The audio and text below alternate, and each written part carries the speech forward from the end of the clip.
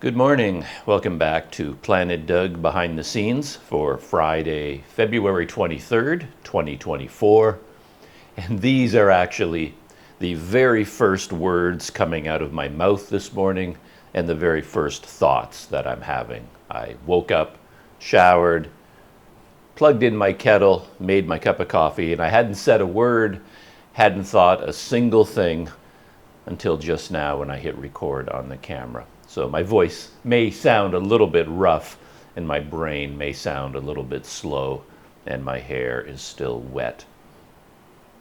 I was just thinking that if I were staying in these mythical fancy hotels, I talk a lot about accommodation, different levels of accommodation, low budget hotels, expensive hotels, things like that. When you look at the listings for the expensive hotels, they often list a hair dryer, like a blow dryer. And oddly enough, that's one of the things that I would probably use if I stayed at a fancy hotel and the hotel actually had one. A lot of these fancy hotels, they list, if you go to Agoda, look at room amenities, room facilities, a lot of them will list blow dryer. They even have a little picture of a blow dryer, and yet the room won't have one. That happens quite a bit with online bookings, where they list a whole bunch of things that don't actually exist. Even these low budget rooms will often list slippers and bathrobe, things like that. And they may have had them 20 years ago, but they don't offer them anymore, but they still keep them.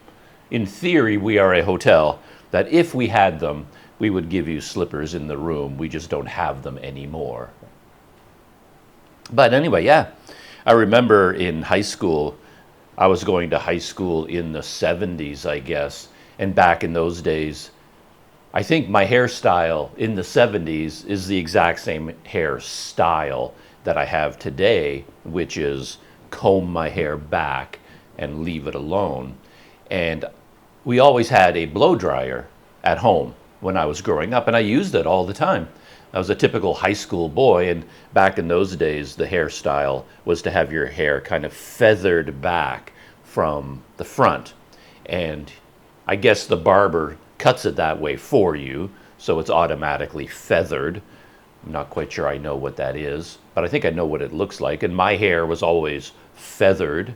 And then I would step out of the shower and you'd use a brush, not a comb, but a brush, and you blow dry your hair, and then you're combing it backwards, and you get this feathered hair going backwards look. And if I had a blow dryer here, even though I just stepped out of the shower to record this video, I would probably be sitting in front of you with feathered blow dried hair, because I do actually like blow dryers. I like the look of hair. Maybe it's a connection to the idea of a physical lifestyle, as if you had just come inside from riding your motorcycle without a helmet, or riding your horse down the beach and the wind blows your hair back, and that's an active, good-looking hairstyle. I don't know. But anyway, if I had a blow dryer, I would have blow-dried hair right now, but I don't. But I didn't, and I don't. But I don't, and I didn't. Something like that. Other than coiffed hair, the first thoughts on my mind are typical ones. They are all about my personal struggle with the modern world. I was thinking this morning that I could call a Planet Doug segment War of the Worlds, because it's a little bit like Planet Doug versus Planet Earth, Planet Doug versus the world, Planet Doug versus the modern world.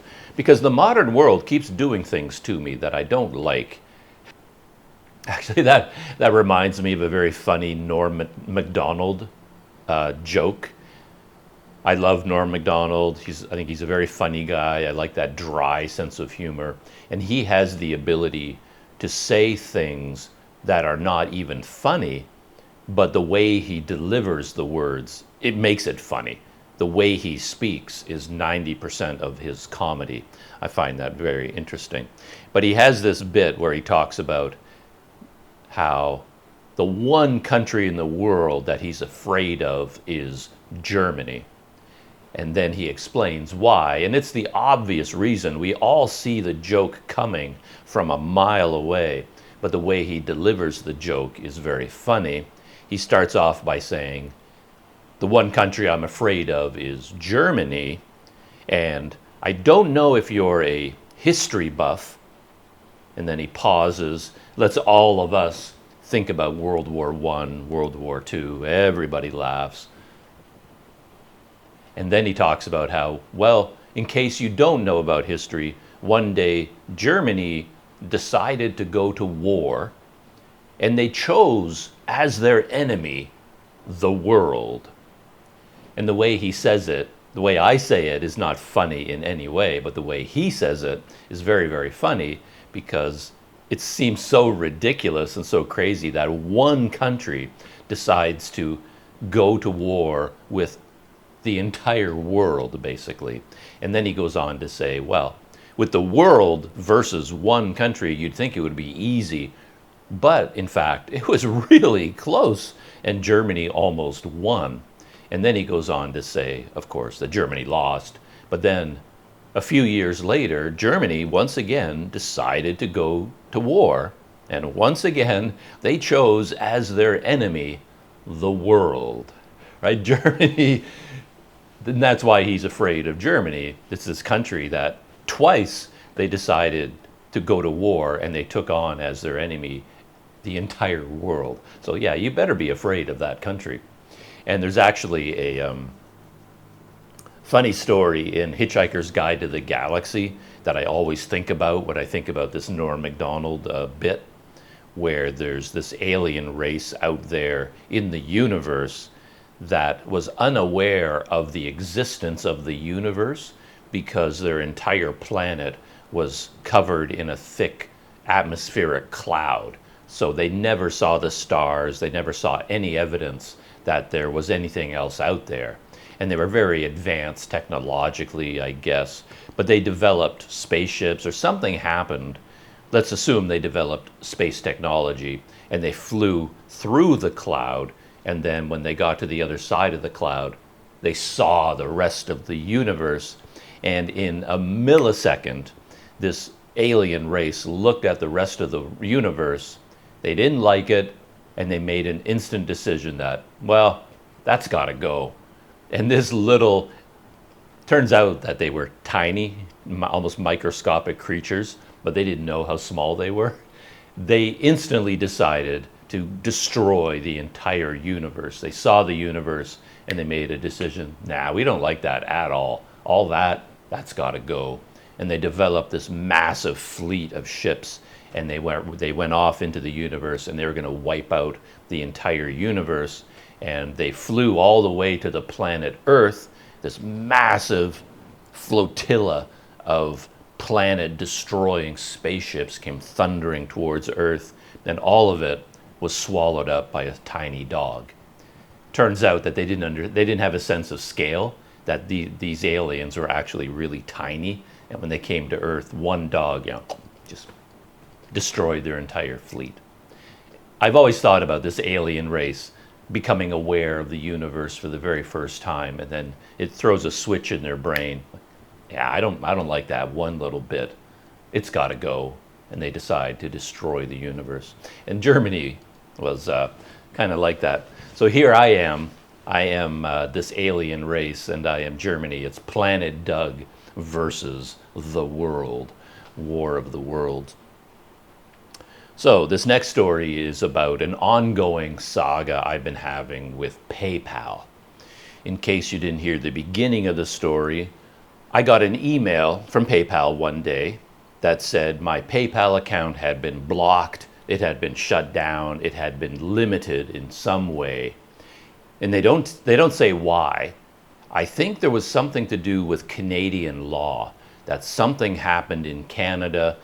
Some law was put in place to do with controlling everybody on the internet, privacy, money transfers, something. And now they had to go through this process, and apparently my account did not match the new standards. And they said my account is going to be shut down forever until I go through a process that they called confirmation of identity. And this ended up being a real problem for me because I've spent the last many years of my life outside of Canada. And over time, that leads to consequences where various documents aren't valid anymore. Your driver's license expires. And no matter how hard you try, it's impossible to keep that up to date. I technically don't have my own physical residence in Canada. I don't have a house. These things lead to all kinds of problems because that's just the way life is. If you are different in any way, you don't fit the norms, you end up in trouble. And all of the systems, all of the banking systems, taxation systems, government systems, everything is based on the norm. And the norm for a Canadian is a person in Canada, of course, in a house with a car in the driveway, who gets bills in the mail, gets electricity bills, water bills, phone bills, things like that, has an up-to-date driver's license issued in the province where they live. That is a normal person. And if you live a life as I have lived, you end up being further and further away from the norm. And then all these systems start causing problems for you over time because they don't know how to deal with you.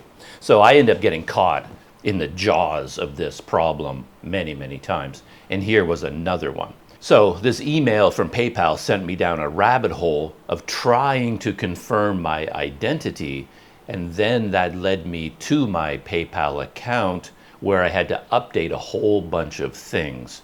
And the funny thing about the story was that every time I went to update one piece of information, turns out that underneath it was another piece of information supporting it, which also had to be updated. And then this one needed to be updated as well, but I couldn't update this until I updated something else that was supporting it.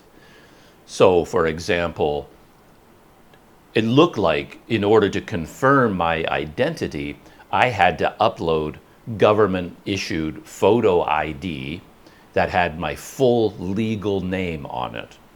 And that was going to cause a problem because when I opened my PayPal account, I didn't instinctively use my full legal name. I just used the name that I use day to day. So before I could even confirm my identity, I had to make sure that my PayPal identity actually matched what they were asking for. So I had to go back and update my name on PayPal. But then I couldn't do that without also uploading copies of documents. But then I realized that the passport that I was going to upload had my new passport number, of course, but I didn't even know this, but my passport number is in PayPal. And I guess when I opened my PayPal account, I'm filling out the fields. One of them was passport number, and I entered it and forgot about it. But that was 20 years ago, whenever it was I made my PayPal account. And that passport is long lost in the mists of time. I was looking at that passport number, and I didn't even recognize it as mine. It's like, that was my passport number at some point? It doesn't even look familiar to me. So anyway, I had to update all of this information in my profile before I could even start the official confirmation of identity process. So this went on for a couple of days. And I finally got to the point where I could do the confirmation of identity, the official process that they were asking for.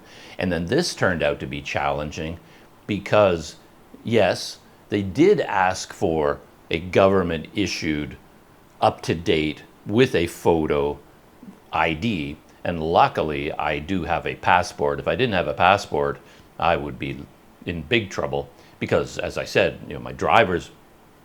I'm still trying to stop saying, and I think I just said, I don't have a valid driver's license, and that's the only other photo ID, right? for a Canadian. That's all we have. So if I don't have a driver's license, my only option is passport. And if I'm not allowed to use passport, then I'm in trouble. But they did allow me to use passport, so I uploaded my passport. And then, to my horror, rather than just accepting it and closing the system, the confirmation of identity system went to a next level. And it said I had to submit a second piece of ID, and I knew what was coming before I even looked at the screen. I knew what they were going to ask for, and what they wanted was a bill, some sort of a residential bill that had your full legal name and your official address on it. It seems so ridiculous now that in this modern world of AI and facial recognition, voice recognition, fingerprint recognition, digital signatures, that we still have systems that the only way you can prove you are a Canadian citizen and a human being is to go to your mailbox,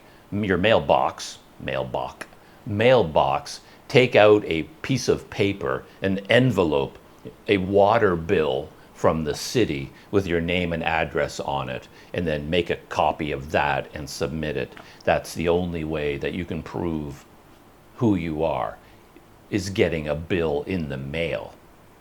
It's just so bizarre to me. And they gave me a list. They said, well, you need a second piece of ID from you, and there was a drop-down list. And I'm going down the list thinking, okay, this is another week of my life. This is going to be a disaster, because the list was phone bill, electricity bill, water bill, municipal city government tax bill. And I can't provide any of those. How can I? However, I went down the list, and one of them, it's the only bill I get, to be honest. I only get one bill a month, is credit card bill. And I was looking at that credit card bill. That I think I can do, because I do get the bill from my bank every month. They send it in the mail, and my brother takes care. He doesn't do anything with it. He just goes to the mailbox and gets it. And that bill, I realized, will have my name on it and the address where it's being sent. So I thought, But of course, it's not going to be easy. Now I'm going to have to contact my brother in Canada, say to my brother, I need your help again. The world has come looking for me, and the world doesn't like me. And in order for me to make the world happy, I need you to do me a favor. Can you get one of these bills that comes in the mail? I don't know, take a picture of it, email me the picture. And I was going through all this in my head, and then I realized, oh no, that's not going to work, because months ago, maybe a year ago, 2 years ago, I remember getting an email from my bank saying, we are no longer going to mail out bills anymore. Everything is going to be online, so you will no longer get. They may have given me the option, I can't remember. They may have said, if you want to keep getting a paper bill through the mail, we have to charge you $10 a month or something. I don't remember if it was an option. But whatever the situation was, I was no longer getting an actual bill in the mail anymore. There was only something online, and I've never seen it. I don't get emails. They don't send me an email that says, here's your credit card bill. I don't even know where these things are. But then I thought, maybe there's something. If I go into my online account for my bank and I go into the menu, I know they're sending me what they call an e-statement. And then I had my fingers crossed. Oh, I hope I can find this e-statement. And man, if I find it, I hope it has the address on it. Because it is an e-statement. Why would it have an address on it? It probably will have my name, my bank account number, my credit card number. It will have that information on it, of course, but there's no reason for an e-statement to have a physical residential street address. So I thought, oh, this is probably going to be another dead end. But I went into the system. I found this place. It's hidden. It's not very easy to find. I finally tracked it down. I opened up this e-statement. I'd never looked at one before because my financial life is pretty simple. It's not like I have 200 credit card charges per month that I have to review.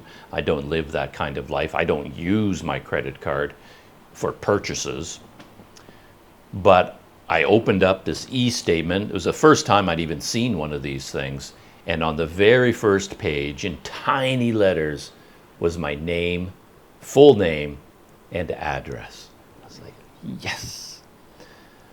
The only other problem was in the instructions from PayPal, it said you have to be very careful that the name and address are very legible, very clear and legible. And this lettering was pretty tiny. It was a very long, complicated page with tiny, tiny letters. And all I could do was take a screenshot of it. I opened it up on my phone. There was no download. I couldn't download this document. There was no PDF version. All I could do was take a screenshot of it on my phone. And I don't know if that was going to be acceptable. Plus, the whole bill, despite my life being so simple, somehow the bank managed to turn my e-statement into a 4-page document. So, and it wasn't divided into 4 natural pages. It was just a long thing that seemed to go on into infinity.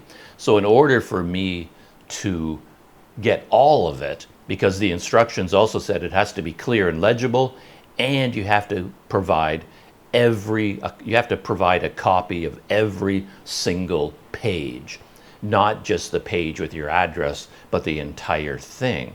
So I thought, how in the world am I going to do that? Line up one part, take a screenshot, scroll down to the next part, take a screenshot, because it's going to look like a series of artificial screenshots. They aren't PDFs with page divisions, if you see what I mean. The whole thing is going to look like somebody is scamming the system. It's going to look so weird and so fake.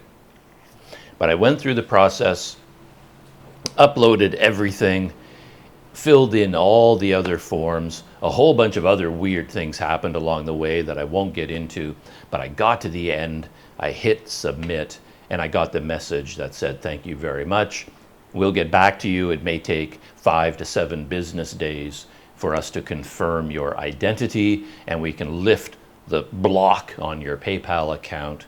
And then 2 days later, I think, or 1 day later, it was much quicker than I expected, I got a happy little beep on my phone. Actually, I didn't. I turned off all notifications.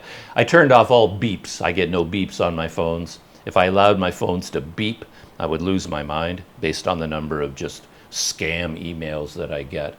But I did check one day, and I saw I had 2 emails from PayPal. One said, we've received your confirmation of identity, and the second email said, we have confirmed who you are. And now my entire PayPal system has been updated with all of the new stuff. But even that, to be honest, I didn't understand, because it told me that because I have confirmed my identity and because of everything I filled out, one thing about that in a minute, I am now able to do all these things, and it listed all kinds of things that I'm now able to do that I wasn't able to do before. But the language didn't match what I thought was going on.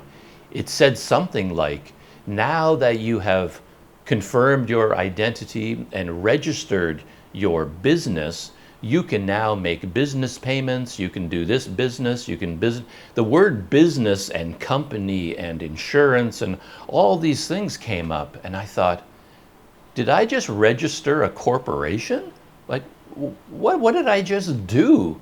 Because it used to talk to me like I was a human, but now all the PayPal language, it was like they were talking to a business, a registered company of some kind.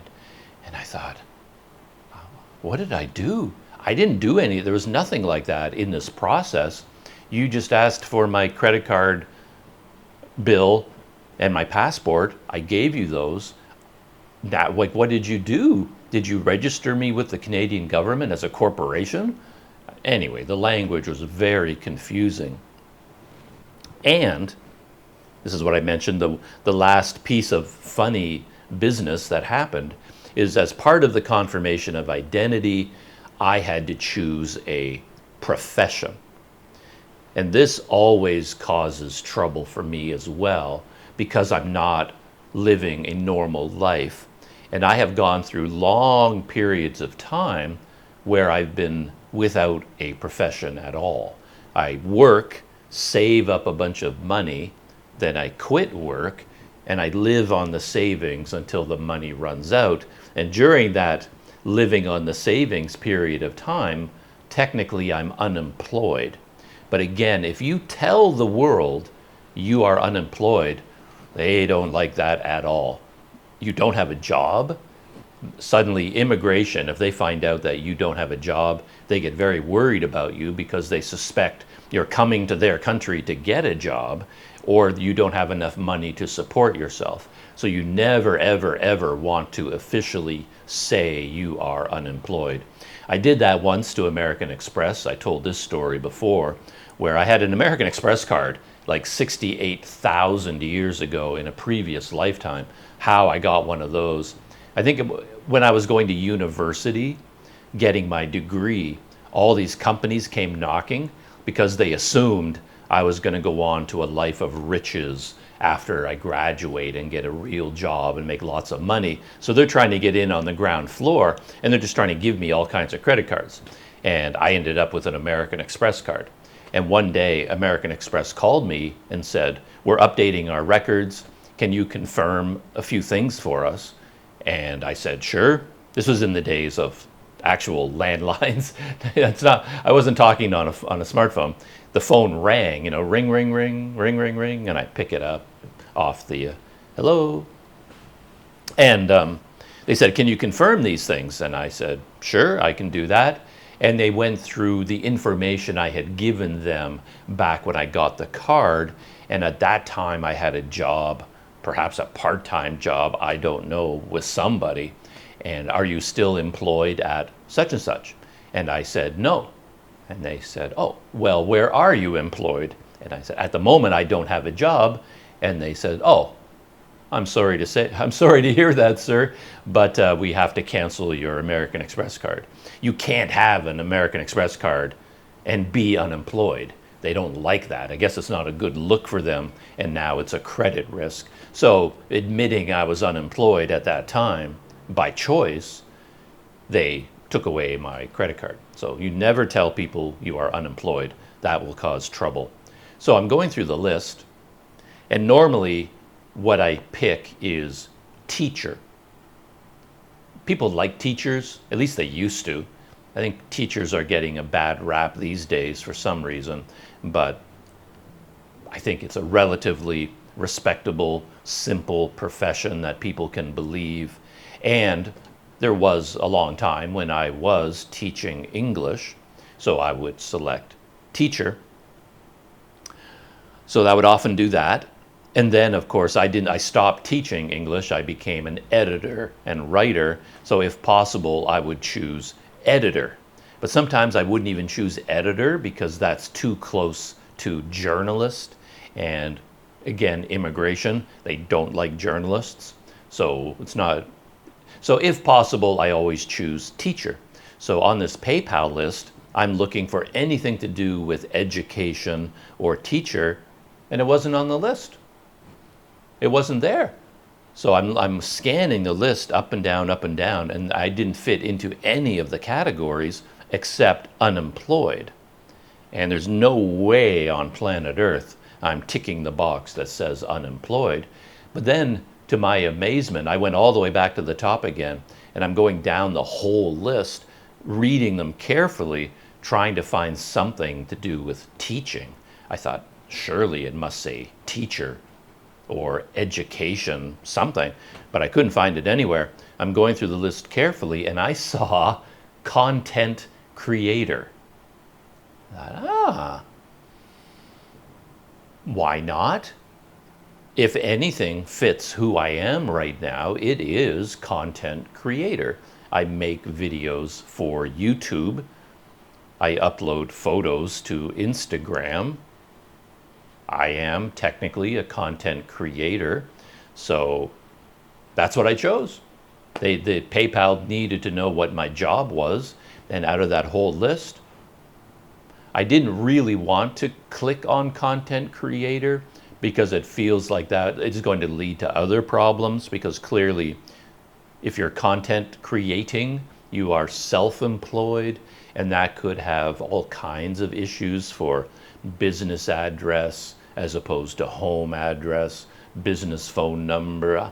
Feels like it could lead to all kinds of problems, taxation problems, things like that. Oh, you're earning money as a content creator. Are you declaring this? It felt like there could be problems. I didn't know what it would mean to select content creator, but it was the only option open to me.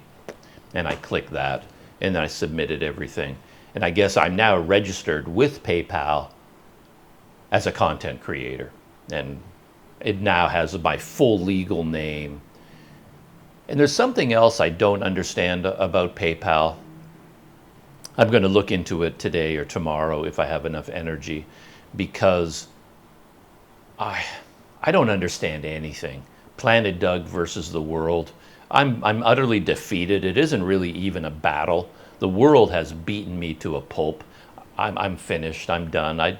They've won. I need a white flag. I need to surrender. I give up, world, because I don't understand anything anymore. I managed to keep my head above water, but just barely I get from day to day, holding on, making things work, figuring out how to do all these online things that just don't seem to work anymore. But anyway, I'm going to look into this, where on PayPal, I have a PayPal account. And the way PayPal works, it's based on your email address, which I don't understand at all. I don't even understand how a financial institution can send money by email. But just how your WhatsApp account is based on your phone number, which changes all the time and causes me all kinds of grief. Your PayPal account is based on your email address. And how in the world of the internet an email address can be linked to a bank account? I don't understand the technology there. It's way beyond my pay grade. But that's how it works. And since I became an official content creator, I tried to come up with a way that people who enjoy my content and want to send me some money through PayPal, which I appreciate very much, to everyone out there who does that, keeps Planet Doug's head above the water. I wanted a Planet Doug email address rather than trying to tell people my actual email, which is a really weird one. It doesn't look official. I wanted people to be able to send money via PayPal to Planet Doug.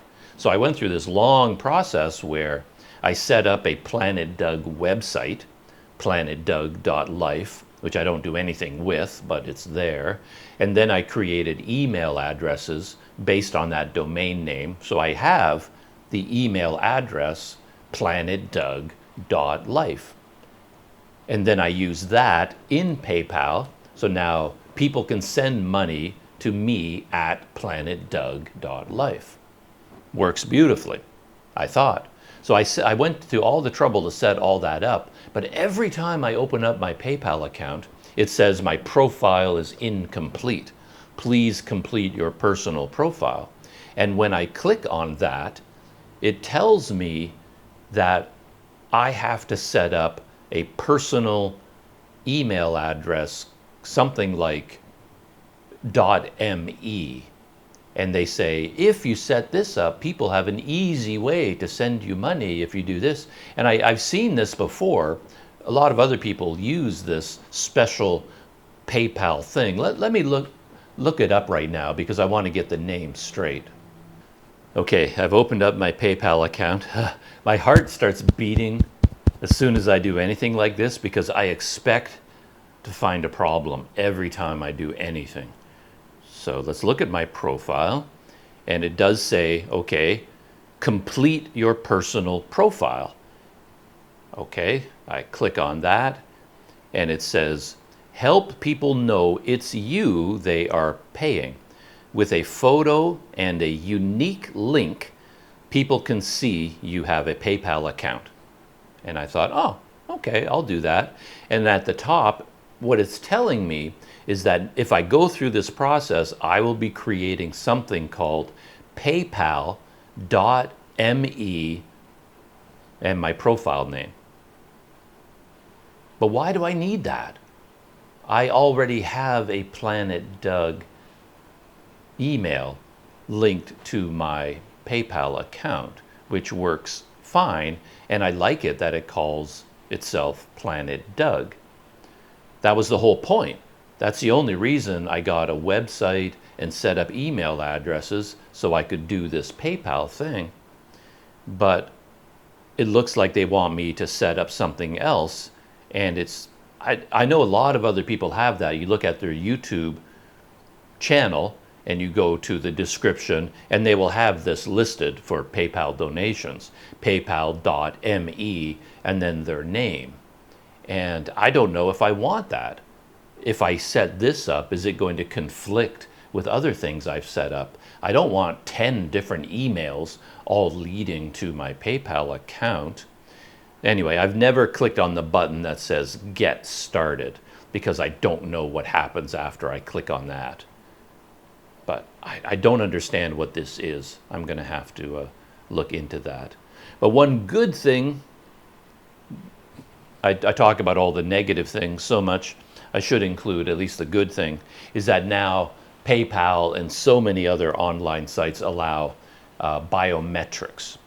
There's such a relief because in the past, every time I try to use my password on PayPal, the whole thing blows up.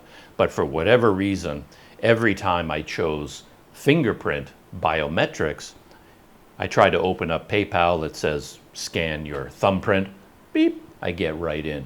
Same thing with my bank. I can do it with a password and username and all that information, or it says use biometrics. I go biometrics, thumbprint. And it seems to work all of the time. Of course, you do open yourself up to the Hollywood scene where someone breaks into your room now and then they want to get into your bank account and they can just force you. I've often thought about that with facial recognition. You see it in movies all the time. We're supposed to have all these modern security systems of facial recognition and fingerprints, but these, I just said, terrorists and criminals and bad guys, they go into the millionaire's home, they shoot him and kill him by shooting him in the heart, and then they just go get his phone and they hold the phone up to the guy's face, bleep, and of course it opens up his bank accounts and his emails, and they have access to everything because all you have to do is hold on to the guy and hold the phone in front of his face, and it just opens up the phone, it unlocks it. If it was a password, it's actually more secure because you just killed the guy. Now he can't tell you the password anymore. So it is like a password is more secure in a weird kind of way. Once you have facial recognition, it seems less secure to me. And even thumbprints,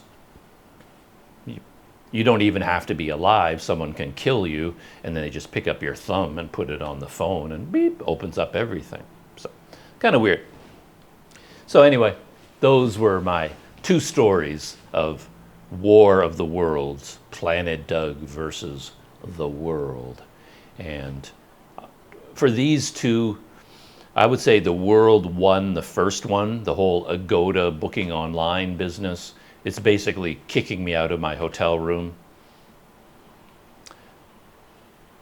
The second one, PayPal, I think they won as well. I think I lost that war because they caused so much trouble in my life Took so much energy and so much time to fix this PayPal problem. But I did fix it.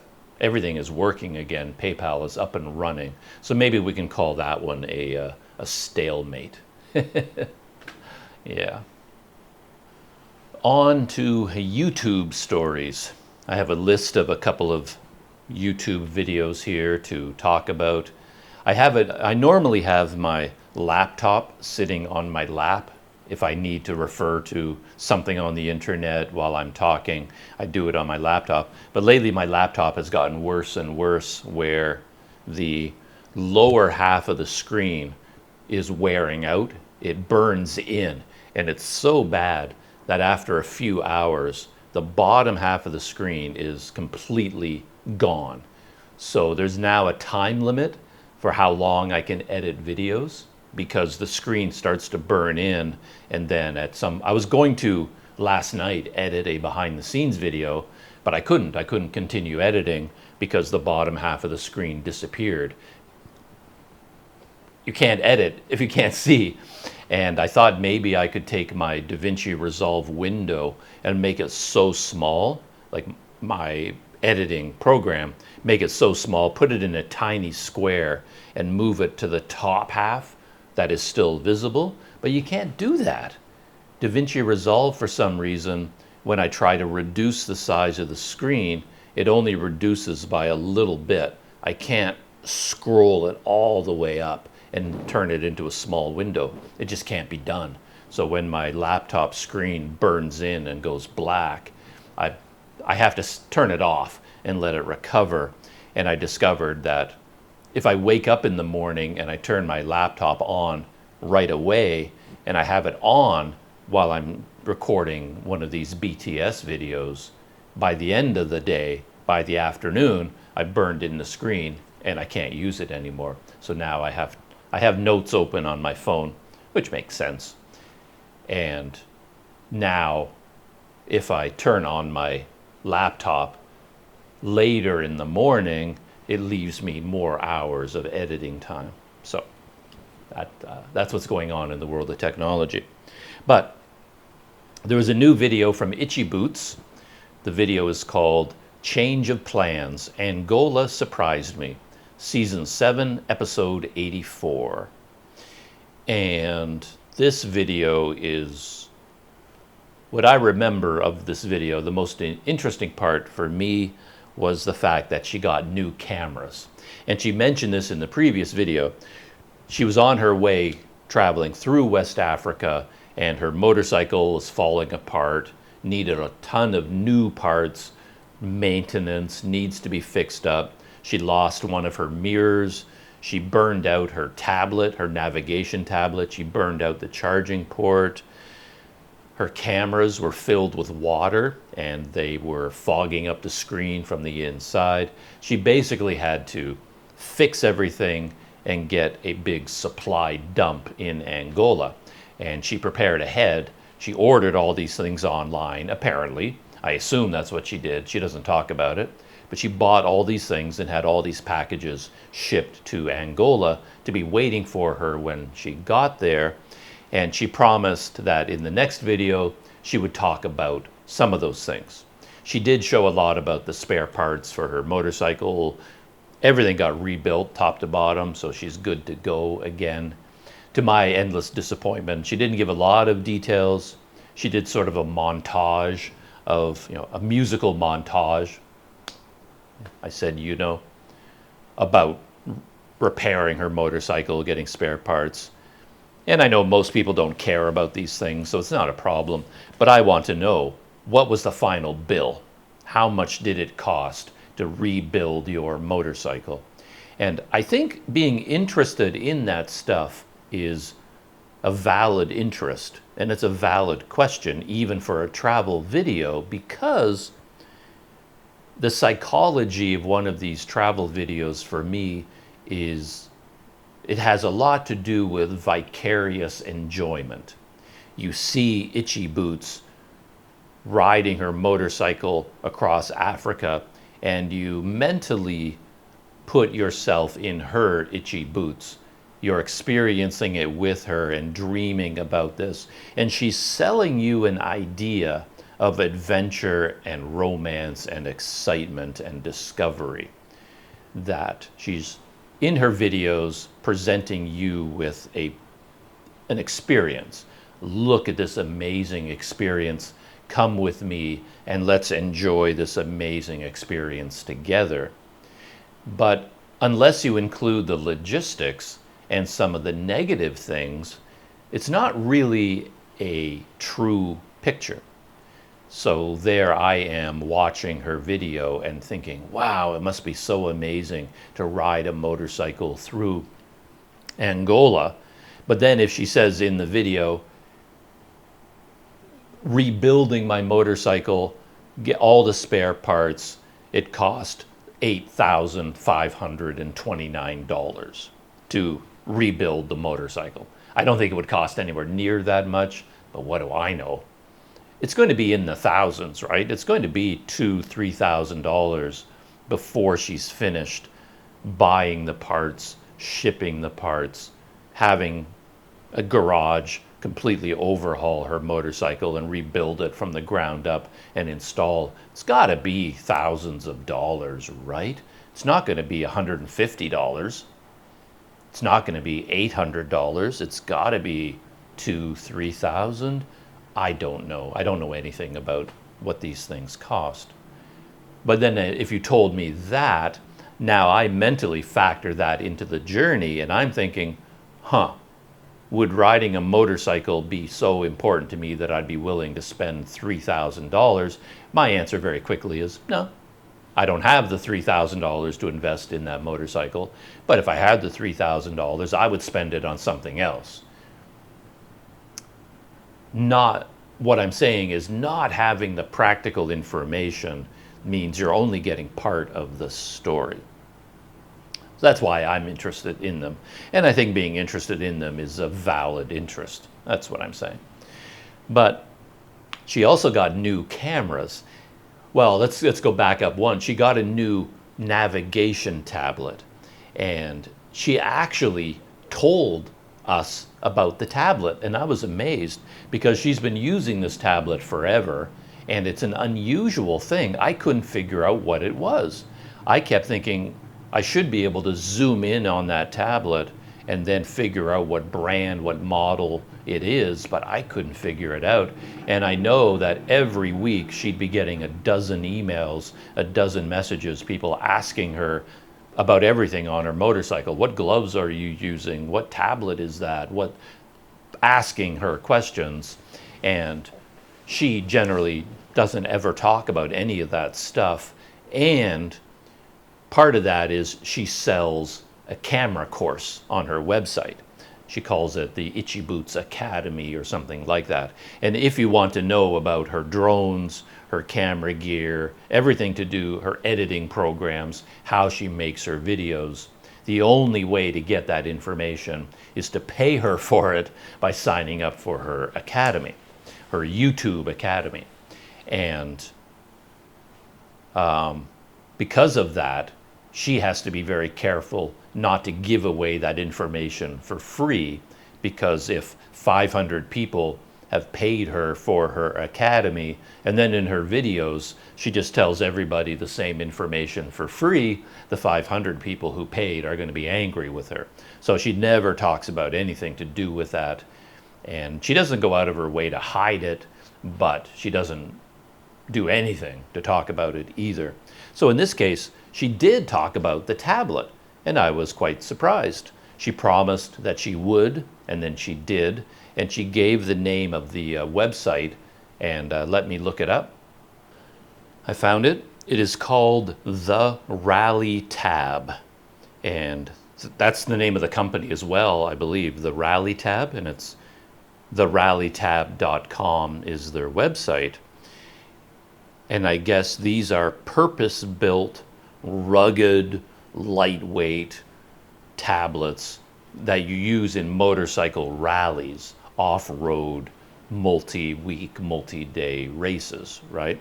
So for something like what Itchy Boots is doing, going around the world on her motorcycle, this thing seems ideal. and it cost the model, the main one, the Rally Tab, according to their website, $900 US. So right out of the gate, you know the bill in Angola was pretty hefty. She burned out the charging port on her Rally Tab, had to buy a new one. Now that I think about it, she probably got a deal. There's no other reason she would tell us the name of it. And she put the link in her video description. She really talked about it a lot. So I'm pretty sure maybe she got it for free or got a good deal on it. But normally she would be paying $900 for it. So yeah, the actual bill in Angola would have been in the thousands and thousands just to get her motorcycle repaired, get a brand new Rally Tab, and new cameras. At least 2 new cameras that I'm aware of. And she mentioned that she got new cameras, but then right away she said, I can't tell you about them, because if you want to know about the new cameras, you have to sign up for my academy. So she doesn't talk about the cameras, but of course, it's not hard to figure out what they are, and it's quite interesting because she has the video from her helmet cam filming ahead, and she has the other camera on her handlebars, so all you have to do is screenshot the video, zoom in, and you can see exactly what camera it is. And to my surprise, it's quite interesting, she switched. She was using GoPros. She had 2 GoPro cameras and an Insta360 camera. So she had those 3 cameras, plus the drone, of course. But she switched. She got rid of the GoPros, and now she bought 2 Insta360 Ace Pro cameras. One on her helmet chin mount, and one on the handlebars.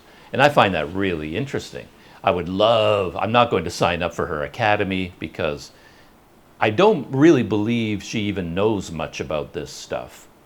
She's interested in motorcycles and traveling and adventure travel for sure, but I don't get strong vibes from her that she really dives into the tech that much, especially when it comes to the cameras. I have a feeling she gets the best camera she can buy, sets it to the highest quality settings, and just leaves it there. I don't think she's doing deep dives into the technology. So I don't really believe that her academy is going to tell me anything I don't already know. I'm pretty sure that I know, in terms of technical specs, I probably know more about her cameras than she does. I could be completely wrong about that. In the background, she might be some sort of a camera genius that knows everything. I'm not going to say otherwise, but I do not get vibes from her that she cares one way or the other. She wants good video. How she gets video, she's not going to worry about it that much. But anyway, but I would love to hear her thinking out loud, okay, I want to buy new cameras. I'm going to get rid of my GoPros and I'm going to switch to the Insta360 Ace Pro. Why? What is it about that camera that really got her attention? And I'd love to hear from her over time, her feeling about it. Did it work out the way she thought? Is it actually a better camera than the GoPro for her because of this and this and this? Or did she uncover a lot of unexpected negative things about this camera? And does she wish she got another GoPro or Action 4, some other brand? Yeah, I'd love to get her thought process, how she settled on the Ace Pro. Maybe it was a business deal. Maybe that's how she decides. Whatever camera company gives her the best deal, she'll use their cameras. I don't know. But anyway, she bought 2 Ace Pros. Very interesting. When I was doing my deep dives into the Ace Pro, one thing I was disappointed about is that there is no active front screen, because the way the Ace Pro works, do I have a GoPro around here? the way the Ace Pro works, the screen on the back has a hinge on it. And with the hinge, you can raise the screen so it's facing forward, which is a good thing for many situations to have the screen on a hinge. But it also means that when you're looking at the camera from the front, the only way to see what you're filming is to raise the rear screen. And I can see that being a big disadvantage on a motorcycle. With the GoPro and the Action 4, there are two active screens. You've got the rear and the front. So you can actually see the video on the front all the time.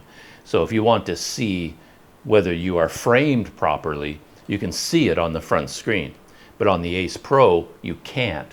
The front screen just shows a little bit of a menu system or the settings that you've chosen.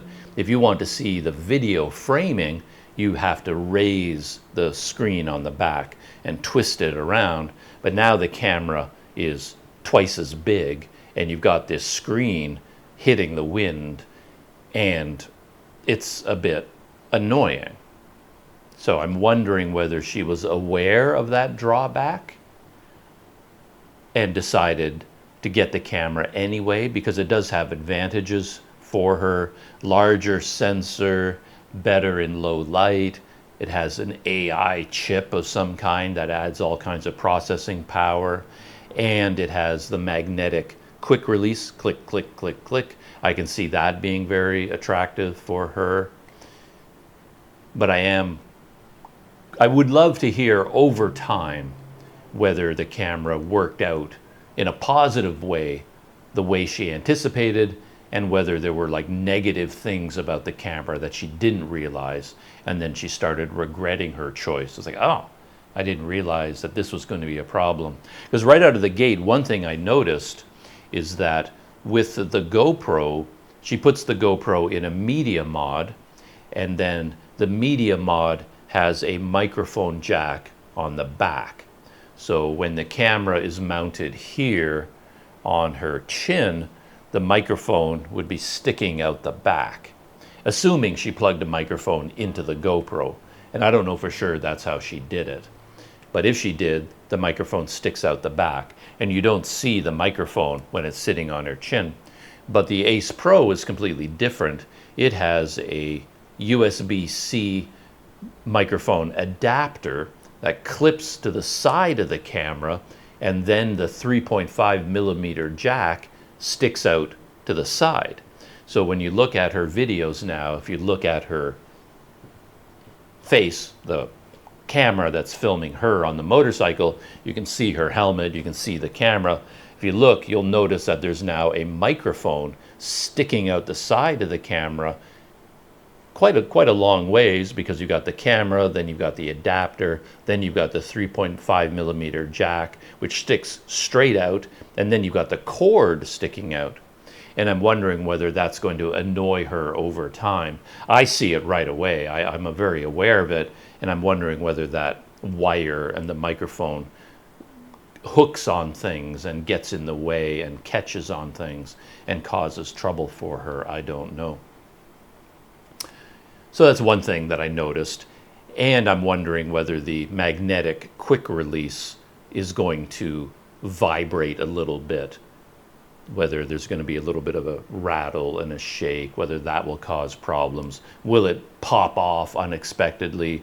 Will she accidentally not click it in place fully, and maybe she will end up wishing she had the old school thumb screw with the GoPro quick release, which is 100% solid. Well, she doesn't use this. She uses the RAM mount system.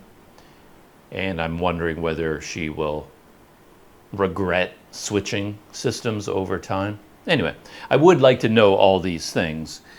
And her academy, though, I don't think she would ever go into it in that kind of depth. Because as I said in my last video, I signed up for her bulletin, bi-monthly bulletin, and I was hoping that in the bi-monthly bulletin there would be a 5-page email going into a lot of behind the scenes information, but essentially there was nothing in the bulletin.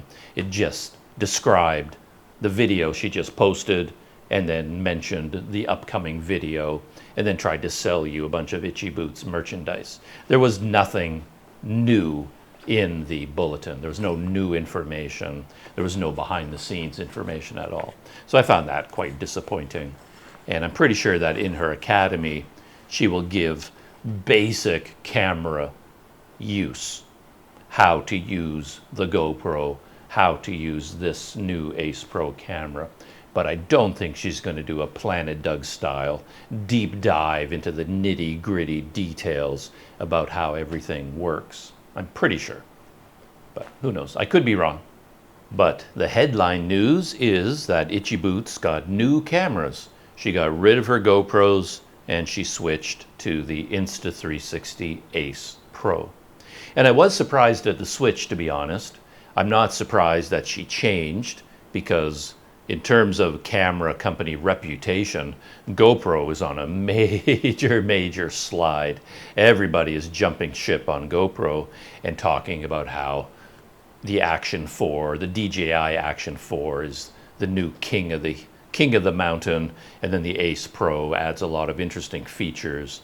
So it doesn't surprise me that she switched away from GoPro, but to be honest, I assumed she would go to the Action 4 rather than the Ace Pro, because the Ace Pro is kind of untested technology. It's their very first true action camera, and they added so many new features and new technologies. It feels like you're taking a risk being an early adopter of that camera. It's not proven yet, but that's the way she went. It's really quite interesting. And I haven't done a deliberate comparison from her old GoPro video to the new Ace Pro video, putting it side by side, which looks better to me. But my initial impression from watching it, I had two impressions. One, and they're not surprising, it's what I would expect. The video from the Ace Pro looks different to me. GoPro video tends to be very saturated. Perhaps some people don't like that look. They try to dial it down. It looks very bright, very colorful, very saturated. And you could argue that those aren't very realistic colors, but a lot of people like it. I actually like it. And I remember thinking about the video from Itchy Boots. I noticed that a lot because she has very blue skies and dramatic colors, and it all looks very beautiful, very dramatic. The Ace Pro video, this latest video that I saw, it looks more subdued. It's a bit flatter. The colors aren't as punchy. It's not as saturated or bright. And you could argue it's more realistic, more true to life, but it isn't as, it doesn't hit you in the face like the GoPro video from before did. And maybe most people will prefer that, the more realistic look. Maybe she prefers it, but I think I did see that difference. The video was not as bright, not as colorful, not as punchy. And the audio, because one thing I've noticed using my Rode Wireless Go with a GoPro, the audio has a certain quality to it, and I think I heard that audio quality from Itchy Boots, but whenever I hear audio from the DJI mic system and from an Ace Pro mic system, the audio sounds more like studio audio, which I don't like. It feels more like voiceover narration rather than being out in the real world. The audio I hear on a GoPro tends to have more ambient noise. You hear the voice, you hear Nora Lee's voice, but you also hear the motorcycle engine, you hear the tires on the road, you hear sound from the people around here, horn honking. You hear the world around her. And when you use a DJI mic system or the Insta360 mic systems, it sounds to me a little bit more muffled. It isolates the voice and rejects more of the sound of the world, and it sounds a little bit more like you're sitting in a studio recording with no external sound at all. And her new audio to me sounds a bit like that. And I don't really like it. I prefer to have the feeling like you're immersed in the world and you hear a lot of surrounding noise as well as the voice of the person speaking. So, but we'll see. As I said, I haven't done a direct side-by-side comparison or anything like that. All right, that was Itchy Boots and her new technology. I also stumbled across a set of new videos from an American YouTuber. He's based in Thailand, I believe. His name is Joel Bruner, and he's a food vlogger for the most part, which means I don't generally seek out his videos, but I noticed he shot a bunch of videos in Sumatra. He was traveling around Sumatra, so I got excited about that, and I wanted to watch his videos. I don't have a lot to say about his videos because in Sumatra, he continued the food approach. So I watched one or two of them, one in Medan and one, I believe, at Lake Toba. And the only reason I watched them is because he was in Sumatra and I wanted to see that. But he focuses 100% on the food. It's all about the food and the flavors of the food and how they're made, how they're cooked, on and on and on about the food. And I sat through the whole videos just because I wanted the Joel Bruner experience. But after I watched two of them, I was sort of done with the series. I'm just not that interested in such a deep dive into the food. I'm not really a foodie, but I did watch videos from Joel Bruner. And I have a couple of thoughts about Paddy Doyle, just to round up my Paddy Doyle discussion from before, because I watched his videos recently, his Borneo series. And when I was talking about his Borneo videos, I was mainly talking about a tone that I picked up on, where he seemed some kind of depressed, low energy, unhappy. And I was wondering whether that was just my impression or was there something really going on. And when I got to his last video where he climbed Mount Kinabalu, he came right out and talked about it in the video that he almost canceled his Kinabalu climb because his heart just wasn't in it. He wasn't feeling it. He was feeling a lot of anxiety about climbing the mountain, about the weather conditions. He just wasn't feeling it, and he almost canceled the whole trip. So he talked about it. He really was feeling that way. And just this morning, I came across a video from his. He did another live stream, and then the live stream later on is posted as a actual video. And the thing I was interested in the live stream is that he announced he's opening a second YouTube channel. So I thought, oh, I wonder what that's all about. So I skipped ahead to that section where he talked about that. And he started another Paddy Doyle live stream channel. So his idea for this channel is to do nothing but live streams, either talking or gaming. I guess he's a big gamer, and he's going to do a lot of online gaming and online live streaming and chatting with people in real time. So he's founding this live stream channel, which doesn't have much interest for me, not being a gamer at all. But while he talked about that, he went back and he mentioned that one of his reasons for starting this channel is he needed a new challenge, that he was feeling burned out from YouTube in general. And he said it really became a problem when he was in Borneo. And he said that he realized when he was in Borneo that he wasn't doing anything naturally anymore. The only reason he went to Borneo, the only reason he chose to climb Mount Kinabalu, to do this jungle trek, to go here, everything he was doing, he was only doing it for the YouTube video, not because he actually wanted to do it. And that's where his lack of interest came from. He was burned out and his heart wasn't in it. He said that when he started his YouTube channel with the idea, his very first project was riding his scooter around Thailand. his heart was really in it. He was excited about the journey and accomplishing the challenge. He wanted to visit every province of Thailand with his scooter. He set himself that challenge.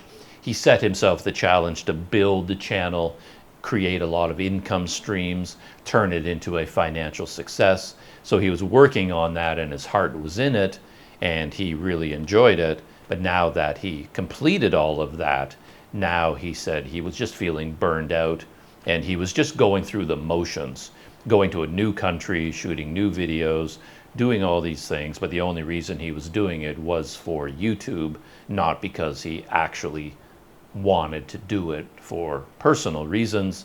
So now he wanted this live stream channel as a new challenge, build something new, do something different. So he was talking about that. And I had a little bit of an interesting Paddy Doyle experience myself, because I just finished a Planet Doug video, and this video was all about taking the ferry from Sumatra to Malaysia.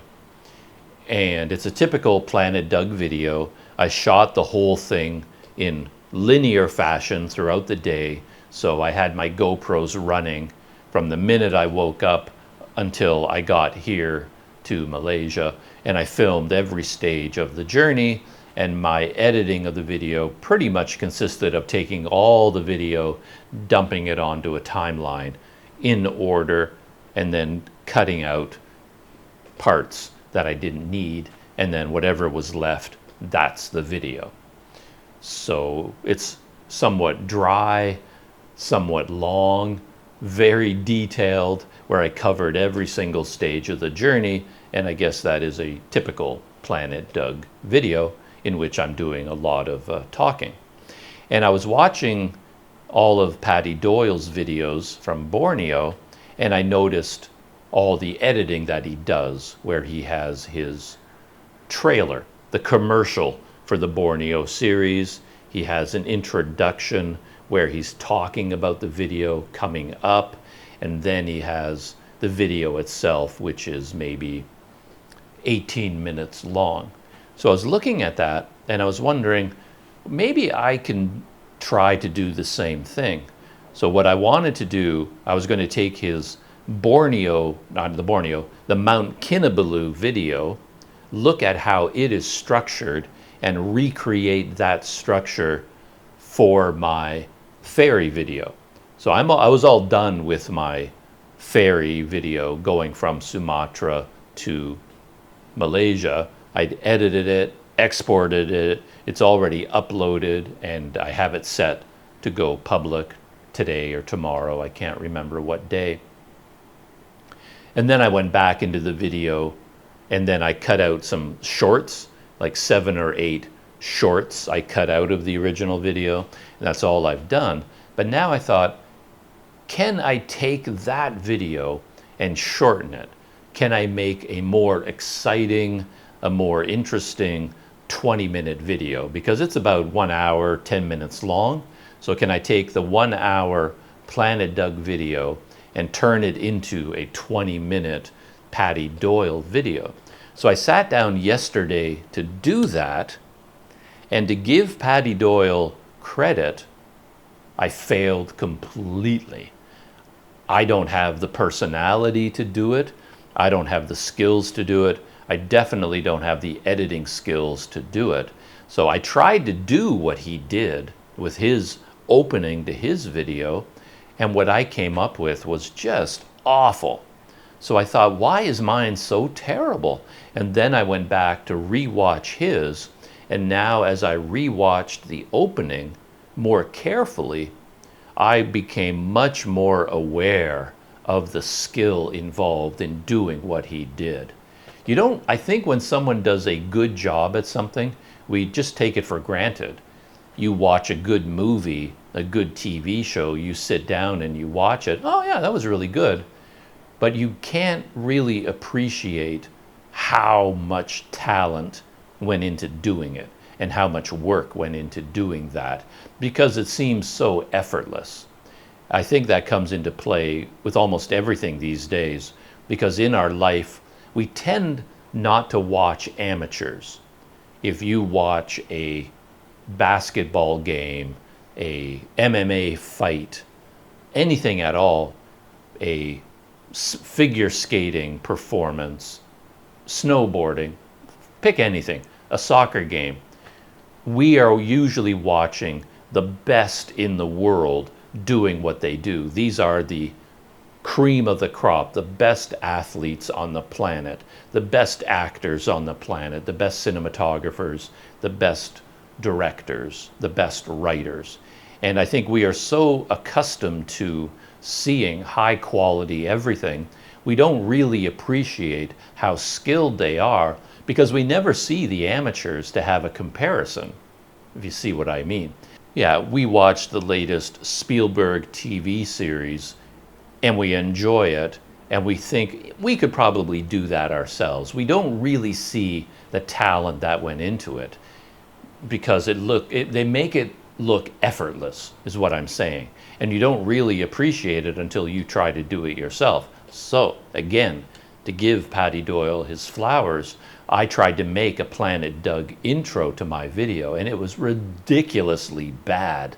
So I went back to his video and I watched it more carefully and I went, wow, he did a really nice job. Personally, of course, it's not my thing, the way he talks, the overblown rhetoric about I am undertaking the greatest challenge of my 15 years of solo travel, Mount Kinabalu, majestic. It's all way over the top for me. Everything is too much. You look at even the YouTube channel banner that he made for his YouTube channel. It's very professional, very well done, very effective, but I think it has 5 pictures of Paddy Doyle. It is like a huge Paddy Doyle head here, here, here, here. You know, his face is on the banner 5 times. A heavily photoshopped banner image. What I tend to do, I don't even know what my banner is for my YouTube channel. I think it's a picture of a bicycle in a rice field. I'm not even in the banner because I don't even know how to do that. If I had to create a banner, I've tried to do it. I sit down on my computer, oh, I want to make a banner for YouTube and I want to put my picture in it and do this and Photoshop this. I give up after 5 hours because I can't even figure out how to set up the pixel size that YouTube needs for the banner image. I don't know how to do it. All I was able to do long ago was I took a photo and I uploaded it and then YouTube automatically picked a slice to fit and I looked at it and went, oh, that's good enough, and I left it there. So I don't even have the technical skills to make one of those banners if I wanted to. And if I did, of course, I wouldn't put my face in the banner 5 times. It's not my style. But anyway, I couldn't even do it because I wouldn't even know how to do it. And when it comes to the video introduction that Paddy Doyle made with the music, with the voiceover, that was a key point. His voiceover, for me, is way over the top. It's way too much, but he sounds natural. It sounds good. I tried to do a voiceover for my video and I sound awkward. No, I did it over and over and over, but I cannot, for some reason, get a conversational tone.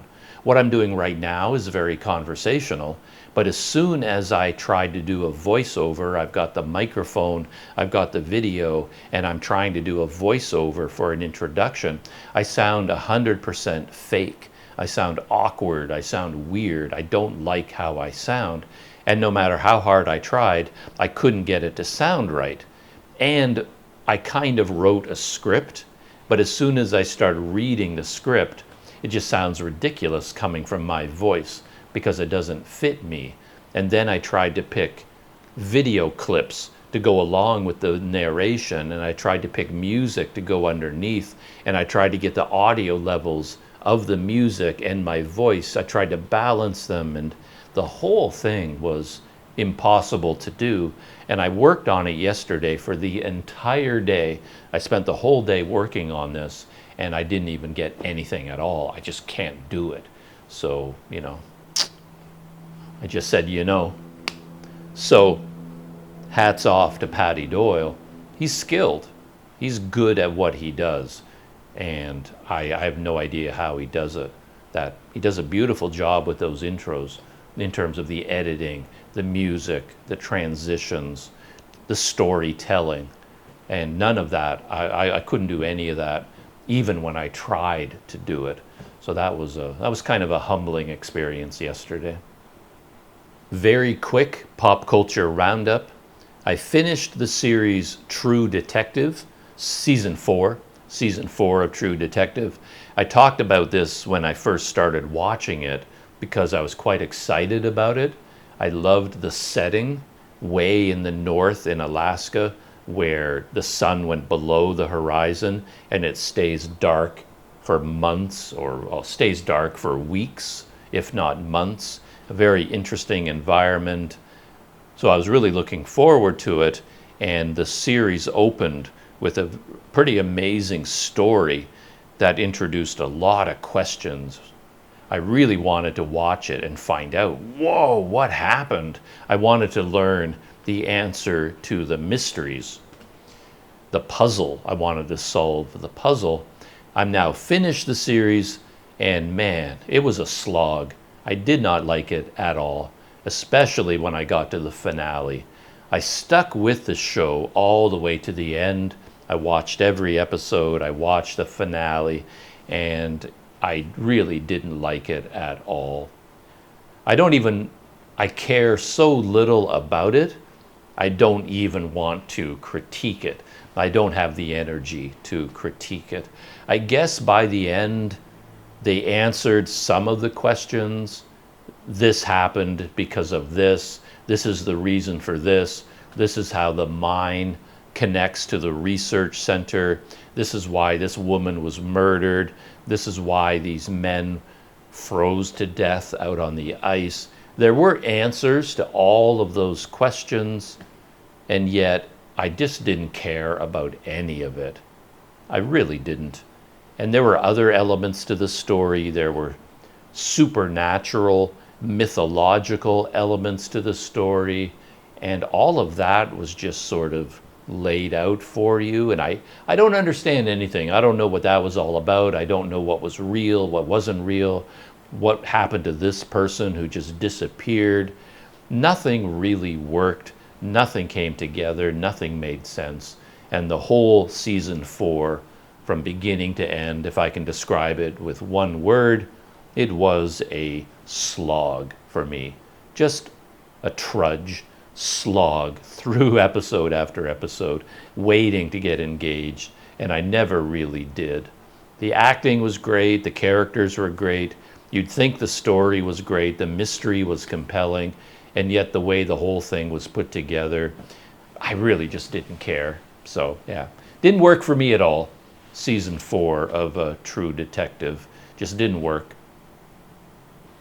And I just started a new show that I'm having similar feelings about. I was really excited about it when I heard of it because it's science fiction. It looks like it's mysterious. It's not just you go to space in your spaceship and there's a explosion and you have to survive in space. It looked like there was more to the story, perhaps time travel, perhaps alternate dimensions, something crazy is going on. The show is called Constellation, and I was hooked by the trailer. I thought, this looks exciting. This could be something really, really interesting. And I watched the first episode, and I'm halfway through the second episode, and it feels like another slog. Like, come on. I guess the problem for me is not to give anything away. I think you pick this up from the trailer right away, that they're in space, they're in the space station, something happens, and then we're in a strange world of alternate timelines or time travel or something like that. And they do tie it with real physics, real experimentation. I appreciate that. But the way the story is being told, I hate it, because I don't like stories where you have an unreliable narrator. That's a real term as far as I know. If you have a story with an unreliable narrator, you can't trust the narrator. You don't know if what they're telling you is true or a lie, real or not real. And then the show always ends up being kind of a cop-out, where you have all these amazing things going on, crazy story, and then, oh, it was all in their head. None of it was real. It's like, oh, come on. What a stupid way to end the story. Or they wake up, oh, it was all a dream. Or, oh, they took some drugs and they were on this weird drug trip, and that's what it was all about. This is what Constellation feels like to me, where you're suddenly jumping from time to time to time to time, and you feel like, okay, I'm going to sit through 10 episodes of this, wanting to know which timeline is real. Are they traveling through time? What is going on? And by the end of the show, they're just going to go, multiverse, multiverse, or something. It's all just going to be a giant cop-out in the end, because as I'm watching episode 1 and episode 2, I don't know what's happening. I don't know what's real. Is this real? Is this real? Is this real? Is this actually happening? Does she think it's happening? Is it all in her head? I don't know, and to be honest, I don't really care. So I don't even know if I'm going to continue watching the show. Maybe I will, maybe I won't, but I'm not that happy about it so far. So that's Constellation, and that is the end of Pop Culture Roundup. And that's it. That is where I'm going to wind things up this morning. Since my laptop has not been on at all, I can now fire up my laptop and do a few things, and perhaps the the bottom half of the screen won't burn out too early this time. I'm not sure what I'm going to do. I may pick up my project of taking my 1-hour Planet Doug video and try to turn it into a 20-minute video, Paddy Doyle style. I'm probably going to look at what I did, and maybe this morning it won't seem so terrible. Maybe there's something there I can work with. We'll see.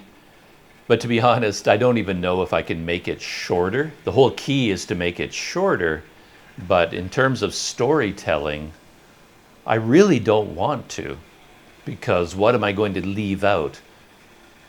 The story has certain elements. The video is about taking the ferry from my hotel in Sumatra to my hotel here in Malaysia, and there are stages. There is the going to the dock stage, the trip to the dock, going through, like, checking in for the ferry, customs, immigration, getting on the boat, going upriver, crossing the strait, arriving at Port Dickson, going through customs and immigration, walking to the hotel, concluding the video. To make the video shorter, I have to remove some of those sections. But what do I take out? I don't want to remove any one of those sections, because without each section, the journey doesn't make any sense. Yeah, I don't know how to get a 1-hour video and make it 20 minutes without completely ignoring sections of the journey. But who knows? Maybe there are parts in the video where I'm babbling and babbling, and I can decide, don't need that. We can just jump ahead. But it won't be a Planet Doug video anymore. But as an experiment, I wouldn't mind trying it out. We'll see what I can do. So with that, plug my kettle back in, boiling some water for more coffee, and I'll see you in the next video.